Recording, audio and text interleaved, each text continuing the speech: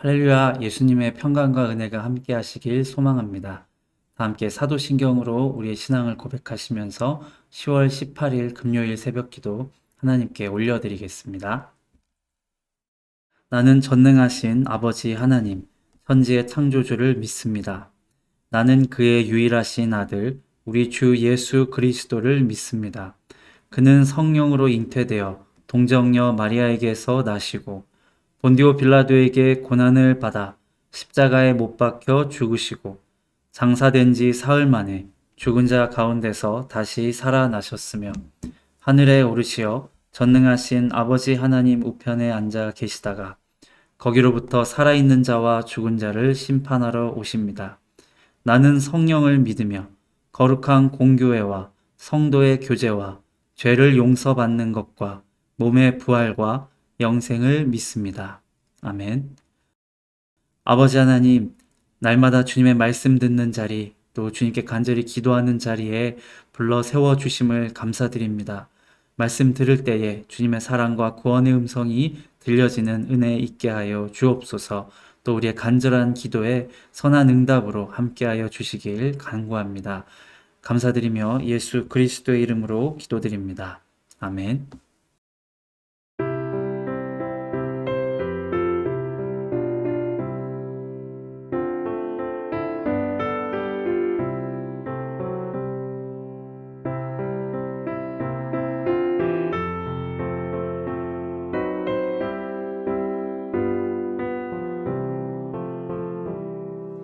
주의 곁에 있을 때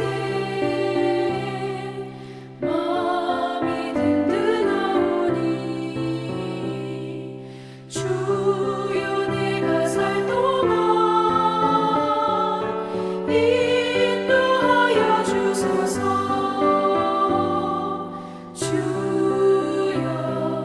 주여 나를 인도하소서. 바른 세상 살 동안 주여 인도하소서. 비는처인 예수여 세상 물결어갈 때 그 시은혜 베푸사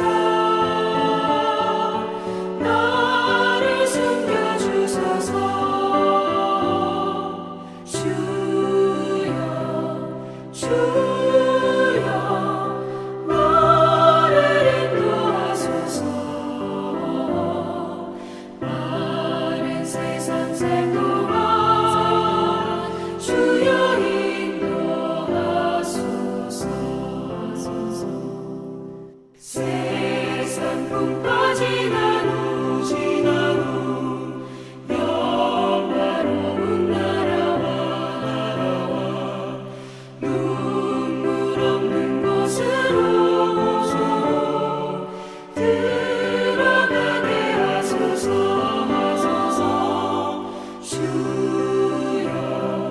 주여 나를 인도하소서.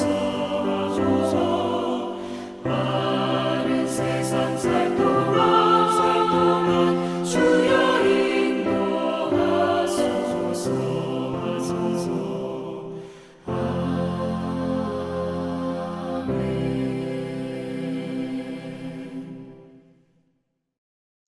네, 오늘 받으실 하나님 말씀은 마가복음 14장 3절부터 11절까지 말씀입니다.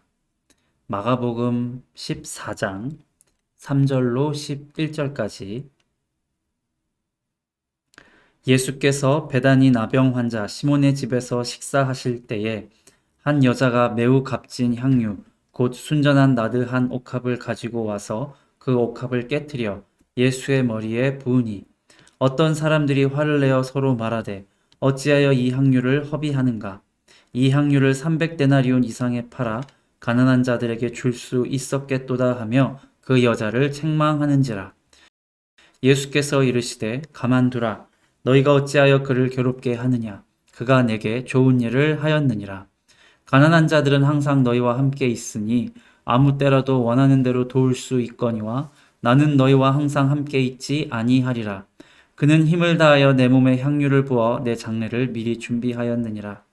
내가 진실로 너희에게 이르노니 온 천하에 어디서든지 복음이 전파되는 곳에는 이 여자가 행한 일도 말하여 그를 기억하리라 하시니라.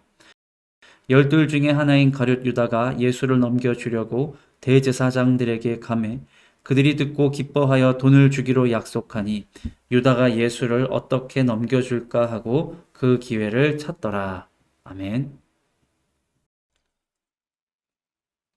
네, 오늘은 마가복음 14장 말씀입니다. 오늘 읽지는 않았지만 14장 1절과 2절에는 유월절과 무교절 큰 명절을 앞둔 날에 대제사장과 서기관들이 예수님을 흉계로 잡아 죽일 방도를 구하고 있었습니다.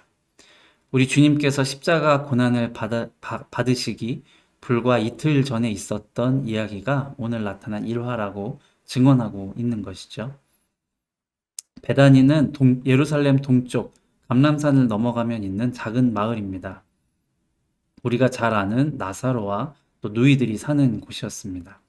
거기서 예수님은 나병 환자 시몬의 집에서 식사를 하고 계셨습니다. 유대인의 가장 큰 명절을 앞두고 나병 환자의 집에서 식사를 하고 계셨다라고 하는 것에서 예수님의 이 성격, 캐릭터가 아주 분명하게 드러나고 있습니다.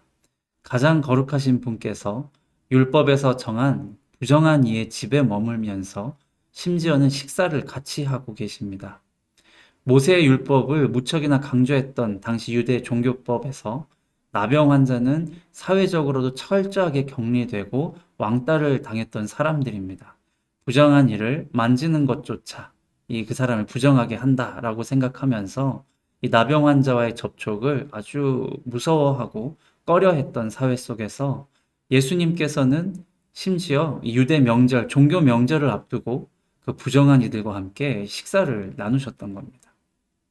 그리고 이때 한 여자가 매우 값진 향유 나드 한 옥합을 가지고 와서 깨뜨려서 예수님의 머리에 부었습니다. 다른 복음서에서는 이 발에 붓고 또 그 발을 씻겼다라고 기록이 되어 있습니다. 머리에도 붓고 또 발에도 부으면서 그 향기로운 이 향으로 예수님을 씌운 것이죠. 요한복음에서는 이 여인이 나사로의 동생 마리아였다라고 이야기하고 있습니다. 여기에서 나오는 매우 값진 나드 향유라고 하면 사치품 중에 사치품으로 여겨지던 물건입니다. 여인들에게는 이게 결혼 지참금으로 미리 구입해 놓는 귀한 물건이기도 했고요. 오늘 본문에서도 300데나리온 이상에 팔 수 있었도다라고 그 가치를 이야기해주고 있기도 하죠. 1데나리온이 하루 품삯이니까 한 100불, 우리 돈, 한국 돈으로 10만 원 정도 친다고 하면 300데나리온은 3천만 원. 그래서 캐나다 달러로 치면 3만 불 이상의 가치를 가지고 있는 고가의 물건이었습니다. 베다니와 같은 가난한 동네에서 이 마리아가 시집갈 준비를 하면서 모아놓은 이 결혼 준비자금 같은 것이었어요. 오늘날에야 여성들에게는 결혼이 필수가 아닌 선택이다. 이런 말이 돌지만 2000년 전 당시 사회에서 여성들에게 있어서 이 결혼은 인생이 걸린 문제이기도 했습니다. 그래서 향유 옥합을 깨뜨려서 그것으로 예수님의 발을 씻긴다는 건, 그 머리에 붓는다는 건 내 인생을 다 예수님께 쏟아내어 버린다라고 하는 의미입니다. 우리 남매의 삶을 영생의 소망으로 완전히 바꾸어 주신 예수님께 너무 감사하여서 이제 곧 고난을 받으시어 죽임을 당하시고 또 곧 부활하실 거라 말씀하신 예수님께 내가 가지고 있는 모든 것을 드리면서 그 마지막을 준비하고 있는 것이죠. 우리에게 영생을 허락하신 예수님께서 주님의 모든 것인 그 생명을 다 쏟아내어 주시고 죽음에 이르신다고 하는데 내가 아낄 것이 무엇냐라고 마리아가 생각을 한 것입니다. 이 장면을 본 몇 사람들이 화를 내어서 서로 말했다고 오늘 읽은 4절에 이야기를 하고 있습니다. 어찌하여 이 향유를 허비하는가라고 했어요. 이게 화를 낼 일이었다고 합니다. 분을 냈습니다. 그런데 이 분냄이 어찌 보면 사실 마땅하고 이해할 만한 분냄입니다. 5절에 보시면 이 향유를 300데나리온 이상에 팔아 가난한 자들에게 줄 수 있었겠도다라고 하면서 그 여자를 책망하였다라고 합니다. 이웃 사랑을 실천해야지 저 비싼 걸 깨뜨려서 이 머리에나 붓고 발을 씻는 저런 사치스러운 일에 허비나 하고 있다라고 한심하게 쳐다본 것입니다. 그리고 그 분낸 사람들 중에는 제자의 한 사람이었던 가룟 유다가 있었습니다. 가난한 이들의 마음에 분이 참 많습니다. 화가 많죠. 저도 가난하게 살았기 때문에 그 분함을 마음에 항상 가지고 이 유년기, 청소년기, 또 청년기를 보냈던 것 같습니다. 지나가다가 보이는 비싼 차를 보아도 화가 나고요. 수십만 원, 수백만 원짜리 사치품으로 몸을 치장하고 다니는 사람들을 보면서 이 정죄하는 마음이 들기도 합니다. 철갑상어의 알로 이 만들어졌다고 하는 그 캐비어 음식 아시죠? 그 캐비어의 상급품 가격이 얼마인지 제가 한번 찾아보니까 30g에 300불이라고 합니다. 30g이면 밥숟가락으로 한 숟가락이에요. 캐비어 한 숟가락 퍼먹는데 300불이 든다라는 겁니다.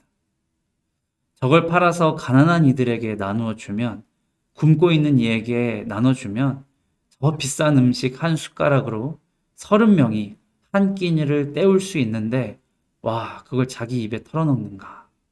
저 나쁜 놈.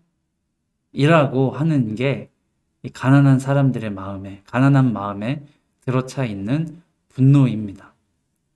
의분으로 포장을 하죠. 내 재산도 아닌데, 내가 모은 돈도 아니지만 저 차 한 대 값이면 당장 대학 등록금을 못 내어서 울고 있는 학생들, 가난한 학생들 100명을 공부시킬 수 있지 않나. 왜 저걸 이 자기 사치품으로 허비하냐 하는 그런 마음이 듭니다. 가룟 유다가 예수님을 팔았던 가장 결정적인 계기가 된 사건이 이 3만 불짜리 향유로 고작 머리에 붓고 그걸로 발을 씻고 계신 예수님을 보고 난 뒤였습니다.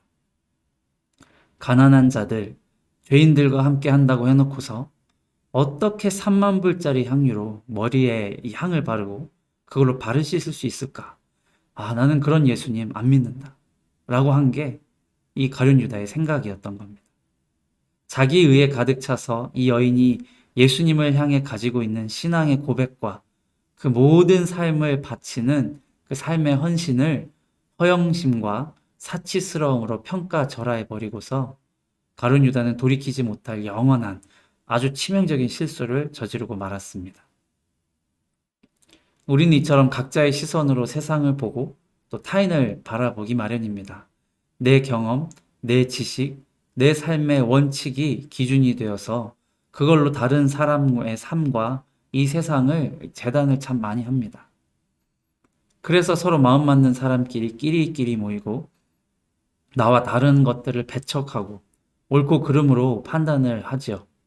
예수님께서 제자들과 동행하시면서 가르쳐 주신 것은 이 기준점을 나에게서 하나님에게로, 이 세상의 것에서 하늘의 것으로 옮기라 하는 것에 있었습니다. 그걸 하기 위해서 자기 십자가를 지는 자기 부인이 반드시 필요하다라고 예수님이 말씀해 주신 거예요. 성도님들 한번 생각해 보실까요? 3천만 원을 하나님께 헌금한 사람과 그 3천만 원을 사회단체에 기부하여서 가난한 사람들을 도운 두 사람이 있다고 하면 우리는 누구에게 박수를 보낼까요? 우리 교회는 건물도 번듯하고 넉넉한데 헌금을 그렇게 많이 할 필요가 뭐가 있냐라고 하면서 가난한 자들에게 나눠주는 게 100번, 1000번 옳고 의로운 일이라고 우린 생각을 합니다. 그 헌금을 한 사람의 마음과 신앙 고백엔 안중에도 없고 그저 내 눈에 보이는 것, 내 시선에 보여지는 것으로만 판단을 합니다. 그게 타인으로서 가지고 있는 나의 한계인 것이에요. 예수님께서는 이것도 저것도 옳다고 오늘 말씀하셨습니다. 이건 옳고 저건 그르다 하면서 되려 화를 내기까지 했던 사람들에게 영적인 유연함으로 모든 것을 보고 한 번 더 생각해보는 지혜와 여유를 가질 것을 가르쳐 주셨습니다. 우리의 믿음이 그리고 우리의 공동체를 향한 헌신과 하나님 앞에 허비하는 것 같아 보이는 나의 시간과 물질과 노력은 사실 어느 하나도 헛되이 떨어지는 것이 없는 것입니다. 내가 보기엔 쓸데없이 귀한 것을 허비했다 싶은 일이라도 하나님의 눈에는 그저 귀하고 값진 헌신이라고 오늘 말씀해 주고 계시는 거예요. 예수님의 이름을 기리는 것, 하나님을 찬양하는 것, 또 그런 하나님을 위해서, 하나님을 향해서 내 모든 것과 같은 물질을 드리는 것에는 사치스러움, 허영심이라고 할 게 없습니다. 우리를 구원하기 위해서 자신의 가장 값진 생명을 버린 예수님이시니 그 구원을 노래하고 얻기 위해서 쏟아내는 시간과 물질이 허비될 것은 하나도 없다는 것입니다. 그런 마음을 가지고 나의 향유 옥합, 내 평생에 가장 귀하게 여긴 그것을 하나님께 드리며 예수님의 머리에 또 예수님의 발에 깨뜨려 쏟는 그런 믿음의 헌신을 할 수 있는 저와 성도님들의 삶이 되길 주님의 이름으로 축원드립니다. 기도하겠습니다. 아버지 하나님, 내 의가 가득하여서 부자들을 판단하고 정죄하면서 교회에 드리는 헌금을 아까워하고 가난한 자들을 돕는 적선은 더 귀한 것으로 생각하며 나의 기준을 가지고 살았습니다. 천국의 가치관, 예수님의 시선, 하나님께 그 귀한 것을 드리는 그 소중한 마음과 신앙 고백을 생각하지는 못하고 내 생각, 내 기준으로 사람을 판단하고 그 마음을 재단하면서 오늘 말씀의 사람들처럼 분을 내었던 미련한 인생입니다. 주님 불쌍히 여겨 주시옵소서. 순전한 향유 옥합을 깨뜨려서 예수님의 머리에 또 그 발에 붓고 그 발을 씻겼던 여인과 같이 구원을 주신 우리 주님께 너무나 감사하여서 내 시간과 물질과 노력을 아낌없이 드리는 성령 충만한 주의 백성으로 살아갈 수 있도록 주님 인도하여 주시옵소서. 그렇게 우리 가정이, 우리 교회가 참된 헌신으로 세워지는 은혜가 있게 하여 주시옵소서.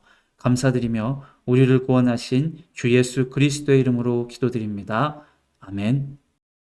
하늘에 계신 우리 아버지, 아버지의 이름을 거룩하게 하시며 아버지의 나라가 오게 하시며 아버지의 뜻이 하늘에서와 같이 땅에서도 이루어지게 하소서. 오늘 우리에게 일용할 양식을 주시고 우리가 우리에게 잘못한 사람을 용서하여 준 것 같이 우리 죄를 용서하여 주시고 우리를 시험에 빠지지 않게 하시고 악에서 구하소서. 나라와 권능과 영광이 영원히 아버지의 것입니다. 아멘.